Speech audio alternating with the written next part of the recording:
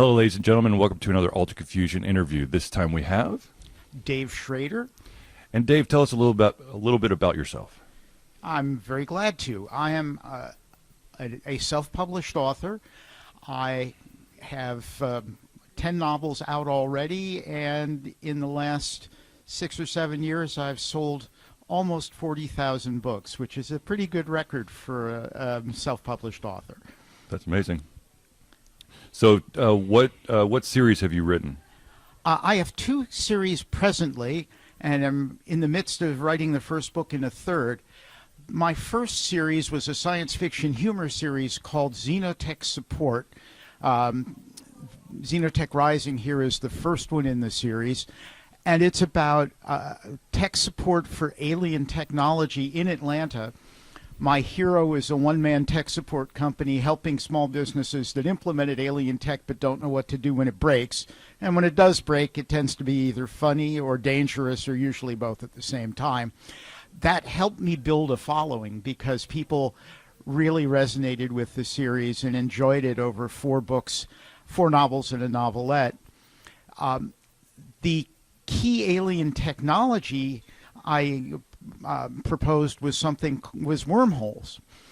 And after I'd finished the 4th Xenotech book, I realized that wormholes could be very effective at doing magic. Mm-hmm. You want a fireball, you open a wormhole to the corona of the sun for a microsecond.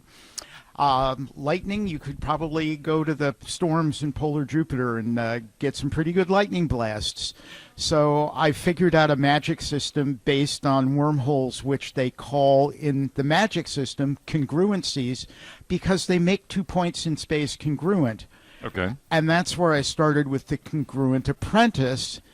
And I started writing a trilogy, Congruent Apprentice, Congruent Wizard, Congruent Dragon. And then my mind at the end of Congruent Dragon ended up opening things up for a whole other trilogy. And that's been a lot of fun. It got me an audiobook contract, and so all my fantasy novels are out on audio. So it's been a great ride. So what's some of the inspiration behind both of these series? Well, the science fiction humor is tied to the fact that I worked as a chief information officer for 20 plus years. Mm-hmm. And if you can't find the humor in IT, you have no business being a CIO, because it's self-evident just trying to survive in that kind of role. And I look at what Dilbert and such have been doing with tech support, and I thought that was almost shooting fish in a barrel. I tried to do stuff that was a little more sophisticated. It was also kind of fun to have a chance to get back at a CFO who was a particular pain in the butt by making him one of the villains. So, people write for lots of reasons, but my readers seem to have really enjoyed it. I could personally attest to having, after leaving a company, utilizing a clueless boss as one of my characters for a short webcomic that I've been drawing. So I could totally relate with that. Good for you. Yeah, more power to you. That's neat. And so that was the beginning. And then the fantasy series looked to the small rural Pennsylvania area where I grew up that's completely surrounded by mountains. Mm-hmm. In the real world, it's called the Cove, but I called it the Coombe, which is sort of a Welsh word for the same thing. Mm-hmm.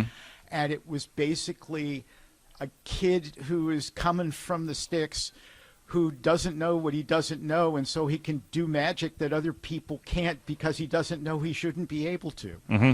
And so that's a lot of the fun of it. So what advice would you give to an indie writer starting on their very first story?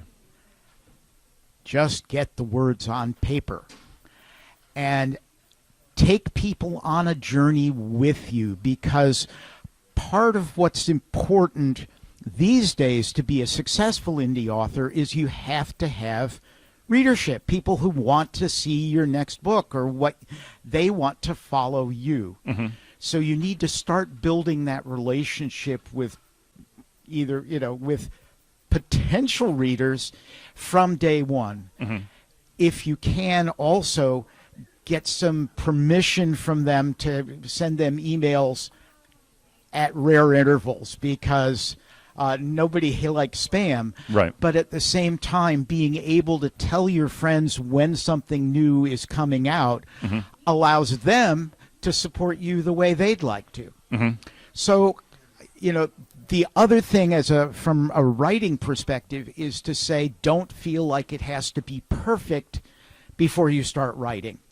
The joy of writing is that as you figure out something better as you go along, so long as you haven't published, you can still go back, revise the manuscript, and have something that incorporates all the cool stuff you figured out you should have put there from the first place.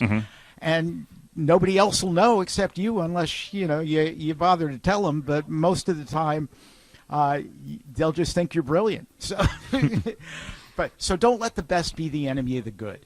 Okay. And so where can people go to find more information about your series and yourself? What I recommend is to go to my primary website, which is Dave Schroeder, SCHROEDER. It looks like Schroeder.com. You can see it here at the bottom of the books. DaveSchroeder.com has information about both my series and some biographical information on me and how to buy any of the books if you'd like signed copies.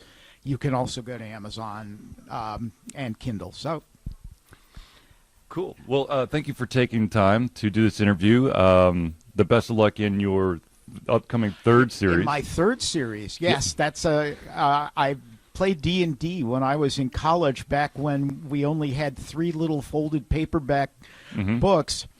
And so this next series, called The Guardian Keeps, is an homage to the old days of D&D. And I'm 65,000 words into the first book and expect to have it out in second quarter. Amazing. All right. Well, thank you again. Thank you so much, Charlie. Thank It's you. a pleasure being interviewed. Have Absolutely. a great day. You too.